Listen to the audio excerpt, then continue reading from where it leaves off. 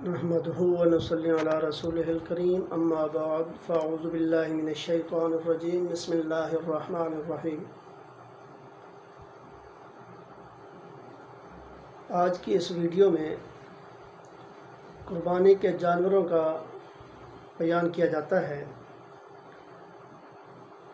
قربانی کے جانوروں کی قسمیں بیان کی جاتی ہیں اور ان کی عمر جو ہے وہ بیان کی جاتی ہے۔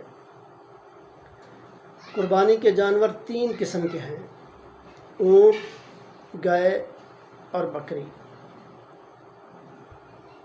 قربانی کے جانور 3 قسم کے ہیں: اونٹ، گائے اور بکری۔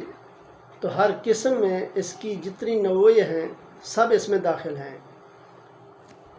نر اور مادہ، خصی غیر خصی، سب کا ایک ہی حکم ہے، یعنی سب کی قربانی ہو سکتی ہے۔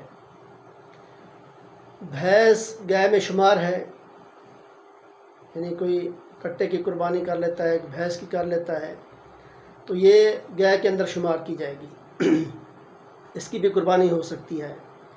دوسرا بھیڑ اور دمبا، یہ بکری میں داخل ہیں، ان کی بھی قربانی ہو سکتی ہے۔ آج کل مسئلہ چل رہا ہے کہ کٹے کی قربانی جائز نہیں ہے، لیکن یہ قربانی جو ہے جائز ہے اور اس کی قربانی کی جا سکتی ہے۔ یہ گائے کے اندر شمار ہوتا ہے۔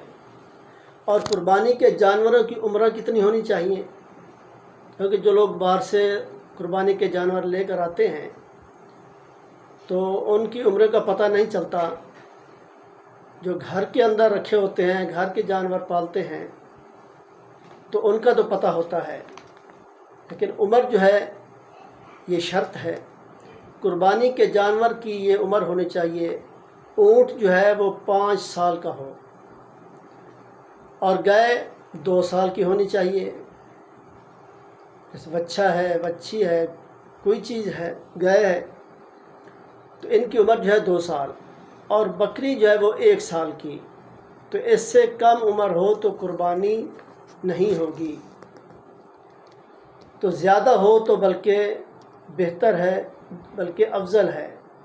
یعنی ان عمروں سے اگر کم ہوگی، یعنی اونٹ کا جو ہے عمر جو 5 سال ہے، اگر اس سے کم ہوگی تو قربانی نہیں ہوگی، اور اسی طرح گائے جو ہے وہ 2 سال کی ہے، اس سے کم عمر ہوگی تو قربانی جائز نہیں ہوگی۔ اور بکری ہے، بکرا ہے، تو اس کی عمر 1 سال سے اگر کم ہوئی تو قربانی جائز نہیں ہوگی۔ اگر اس سے زیادہ ہے تو پھر جو ہے جائز تو جائز، بلکہ افضل ہے۔ ہاں، دمبا یا بھیڑ، ان کا جو ہے 6 ماہ کا ہو، یعنی اتنا بڑا ہو دیکھنے میں وہ سال بھر کا معلوم ہوتا ہو۔ اگر دیکھنے والا کہے کہ یہ سال کا ہے تو اس کی قربانی جائز ہے۔ تو انشاءاللہ یہ مسائل قربانی کے چلتے رہیں گے۔ دعا ہے اللہ تعالیٰ ہم سب کو عمل کی توفیق عطا فرمائے۔